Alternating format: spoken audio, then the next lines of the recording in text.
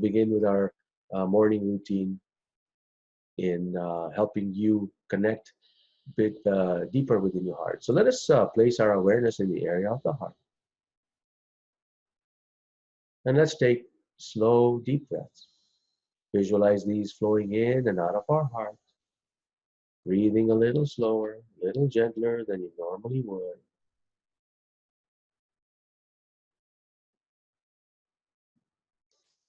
And just settle in to your body. Let us see if we can show our body what it feels like. What it feels like to be normal. This is your normal as you take slow, deep breaths. Visualize these flowing in and out of your heart. Breathing a little slower, a little gentler than you normally would.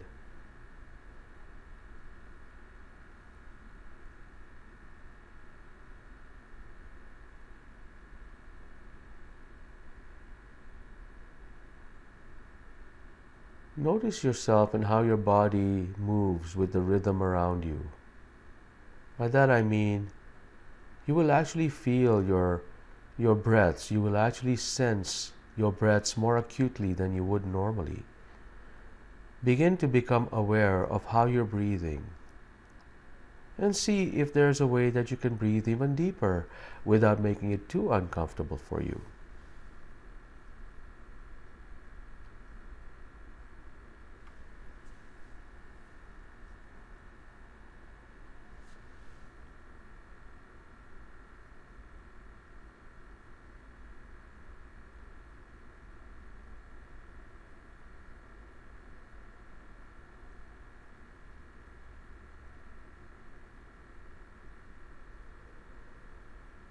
Slow, deep breaths. Visualize these flowing in and out of your heart. Breathing a little slower, a little gentler than you normally would.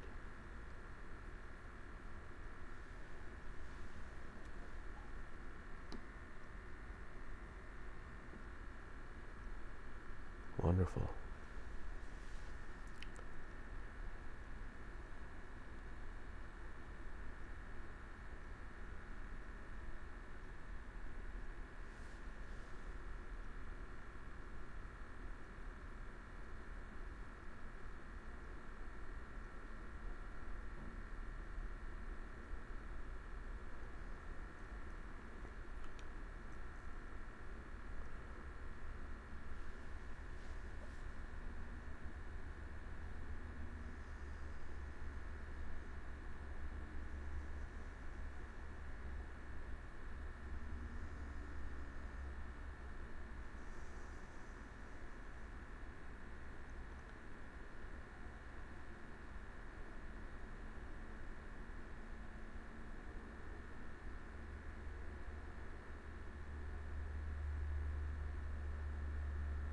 If this feels good, just anchor it into your body and say, this is my new normal. This is what I'm meant to do. Anything that feels less than this, I will remind myself to bring myself to this point. Wonderful. Thank you so very much for joining me this morning, everyone. Appreciate you taking the time out of your busy schedule to join me in my practice of this breathing technique. I'm honored and privileged. Today, our topic is what you see in front of you. Ask for help from a place of strength. And let me share with you what inspired me to do this particular topic today. So what truly inspired me today was to do this today was I was in a plane, and there was a woman who had a lot of carry-on luggage. So I offered to help, and I said, "Would you like some help?" And she said, "Sure." And I picked up the carry-on and I put it on the overhead bin. And in the same trip leg, another woman I asked, would you like me to help you with that? She seemed to be struggling. She says, no, I've got it. And so I just said, great. And I walked away. And I reflected on this because 10 years ago, I would have insisted to help her. I don't know if you can relate to that, the men in this group especially. Is because we always run to help and rescue those who we perceive subconsciously, we perceive them as weaker. And I reflected on this moment because the universe gave me two opposing experiences. One where a woman says, yes, I'll accept your help. And then the other one says, no, I got this. And so the question then becomes a deeper for me, is that when I asked them if I could help them, was I viewing them as being weak? And that was a question that kind of ran through my mind. It's just things I like to think about once in a while when I'm trying to keep busy. And I said, well, how did I perceive them? Did I perceive them from a place of weakness? And that was why I chose this topic, is that for the people in here, whether you're a man or a woman, whenever you want to ask someone for help, I want you to keep these words in mind and see how they affect you. So the first thing I want to do is share with you that if you are one that needs help, do you feel that if I ask for help, I will feel inadequate, imperfect, or ashamed, or I'll be admitting something that I'm weaker? It's a form of shame. And here are my threats to my survival. So if you are a man in a corporate world, which I used to be, and if I were to ask for help, as a man, I would look at it typically from a place of survival, as a threat to my survival, because no one will respect me. Shamir always needs help with this. He's not capable of that. I may be passed over for promotion, and I will be forever branded as weak. Those are the threats that I perceive to my survival, which is actually not really true.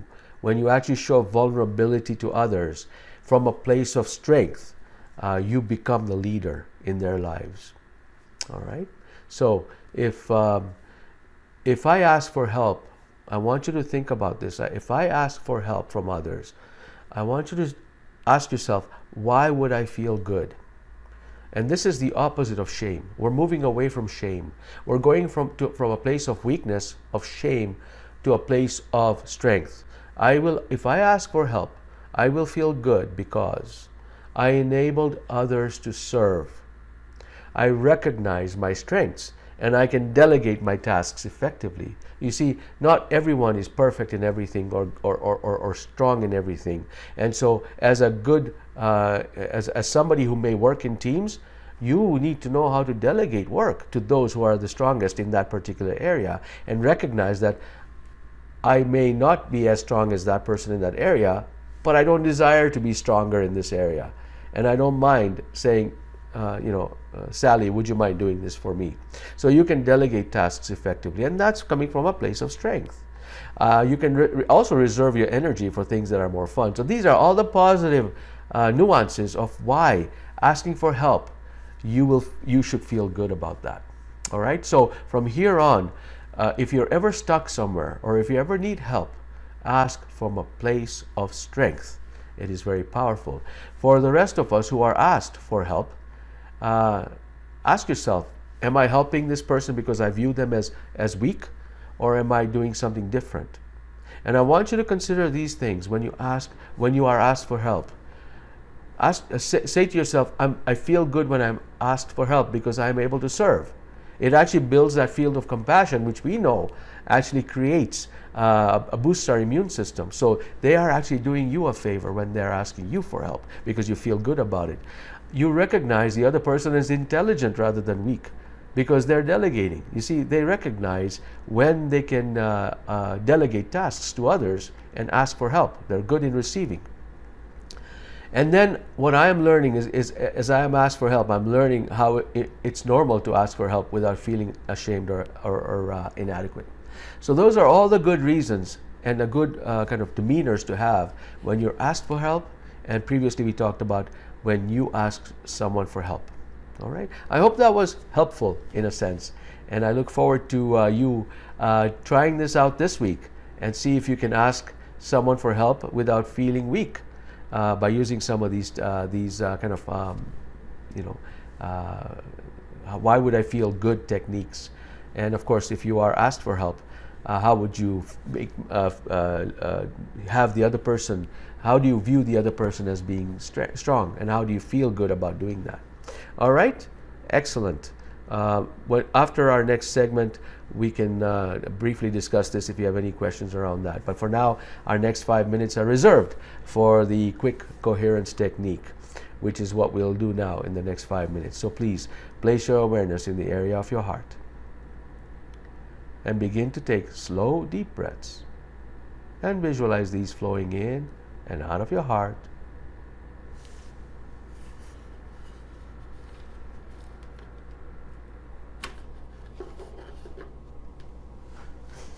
And experience a regenerative feeling of compassion, appreciation, peace. If you have helped someone,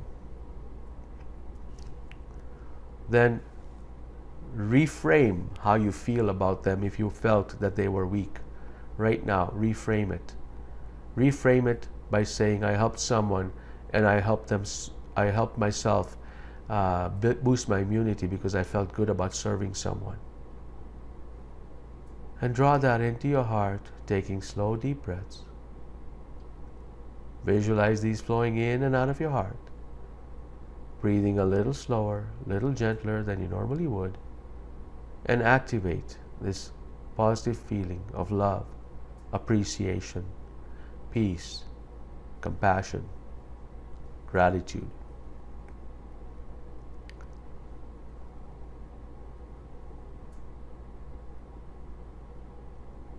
Think of all the positive things you can feel when you ask someone for help. That you're delegating tasks, that you're intelligent in the way you expend your energy, that you're giving the other person an opportunity to serve and to become healthier because the emotions they feel will make them healthier. That is how you ask. Ask from a place of strength. Draw that deep within your heart and just experience this feeling of grandeur, this feeling of servitude for other humans from a place of strength. Slow, deep breaths. Visualize these flowing in and out of your heart, breathing a little slower, a little gentler than you normally would.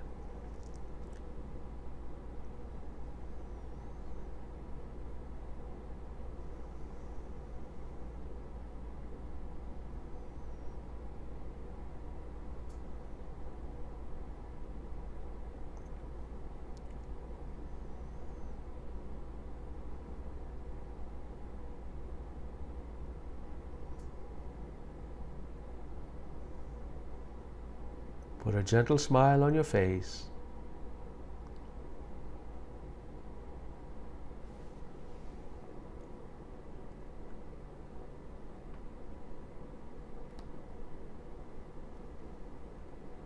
Excellent. Thank you so much for participating this morning. I'm honored to be here and talking to you about a different topic each week. If you have any questions, any comments about this or another topic, by all means, please do type them in. I already see one item coming through and I'm going to read it out. For those of us who are on the phone here, I will read out the comment. This comes from Amy. The biggest lesson I learned this past year, asking for help and how empowering it can be for me and those that are able and willing to assist me. Thanks, Shamir. Good to see you on screen. Wonderful to see you on screen too, Amy. Wonderful to hear your chat. Thank you for that. That's a great testimonial that you actually feel empowered. You know, if you think about the great leaders of the world, where they were good at is they were good at inspiring others and allow others to mobilize on behalf of that inspiration. And so as leaders in our own rights, in our own community, wherever our community are, our workplaces. Asking for help is very empowering. It allows others to say, oh, I have a part to play in this. I have autonomy. I feel empowered to do this. And those are all the positive traits of you asking someone to do something. And so this is a wonderful, thank you, Amy, for that wonderful reminder and lesson. I hope that continues on. I hope that everyone here doesn't feel weak when they ask for help, nor do they view the other person as weak when they give help or ask them if they need help. Sometimes we need to probe them and say, do you really need help? And not ask them in a way that you view them as weak, but as a means to highlight to them that there are strengths that they may not be aware of that you have that they don't have. So that's another approach. Wonderful. I don't see any more questions coming through, and so I won't take any more of your time. I'm always available by email, so please do send me a note if you want. Happy to do that. I have a comment from Lou. We watched a docuseries this weekend, Broken Brain. It highlighted how devastating stress is to our bodies. So glad to have HeartMath. Yes, stress actually is quite, we don't know we're feeling stress. We've talked about this in previous programs, that sometimes we are so used to a level of stress in our bodies that becomes normal. And so when we do these techniques, if we feel if we feel a huge difference when we're taking the slow, deep breaths, and you visualize these flowing in and out of your heart, just those 2 steps, if you find that you're revving the engine lower and you're finding yourself a lot calmer, that means you were stressed out just before that. This is a good acid test. This 2-step technique is a good acid test to see if you're really stressed out, because your body becomes so used to stress. And once in a while, you need to take these slow, deep breaths, visualize them flowing in and out of your heart, only to find out if you are stressed or not. So thank you, Lou, for that wonderful reminder. Thank you, Joan, and thank you, Lou. Susan, thank you. Very good reminder. Normally, it's hard for me to ask for help. Great. I hope you can break through that, Susan, because it's very important for others to be able to serve you and for you to receive from a place of strength, because that is what Law of Attraction is about. When you receive from a place of strength, you will receive strength. So thank you very much. Anar, great topic for my partner, that it is okay to ask for directions when you are lost, especially when you're driving. Well, that's, Anar, that's built in, men like me, it's built in our DNA. We think we can figure everything out, but thank you, good reminder, Anar, thank you. And Lou, you said you're always the helper, need this reminder. Yes, and this is the thing, if you're always the helper, your first real step is to view others as strong before you help them, and see how that changes the way you help others. So take small baby steps, and a lot of us, we want to help others because we feel they need help, they're so weak, they're suffering, and we help them because they're suffering. Change that around a bit and see what happens with just the way you approach in your own mind and in your own heart what that person is. So first begin to feel good about that person. Feel that person from a place of strength, and then say, let me help you. And you'll see the energy shift within you and how you'll be able to help them. They will also feel that energy and saying, this person is actually trying to help me, but I feel good about them helping me. So just by changing that little attitude, I think you can do this. So thank you so much.